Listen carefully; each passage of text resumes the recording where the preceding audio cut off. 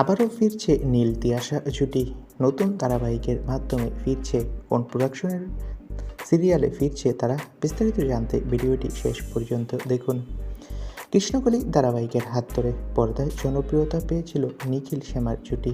নিখিল আর শ্যামার চরিত্রে অভিনয় করেছিল অভিনেত্রী নীল ভট্টাচার্য এবং অভিনেত্রী তিয়াশা লেপচা। এই জুটির জনপ্রিয়তা পাওয়ার পর আবার বাংলা মিডিয়াম ধারাবাহিকের হাত ধরে ফিরিয়ে আনা হয় তাদের।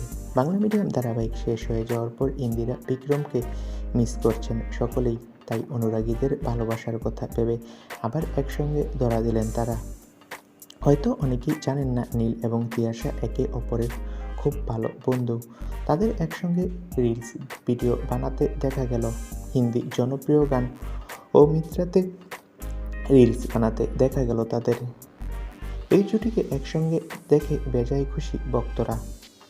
তবে সম্প্রতি শোনা যাচ্ছে সুশান্ত দাসের প্রোডাকশন হাউসে আবারও এই জুটি ফিরতে চলেছে।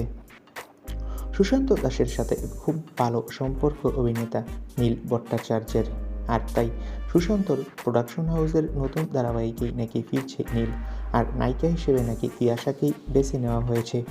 তো বন্ধুরা, তোমরা কে কে নীল ও তিয়াশা জুটিকে আবারও একসাথে দেখতে চাও? কমেন্ট করে তোমাদের মূল্যবান মতামতটি জানিয়ে দাও, আর আমাদের চ্যানেলটি সাবস্ক্রাইব করে রাখো। ধন্যবাদ।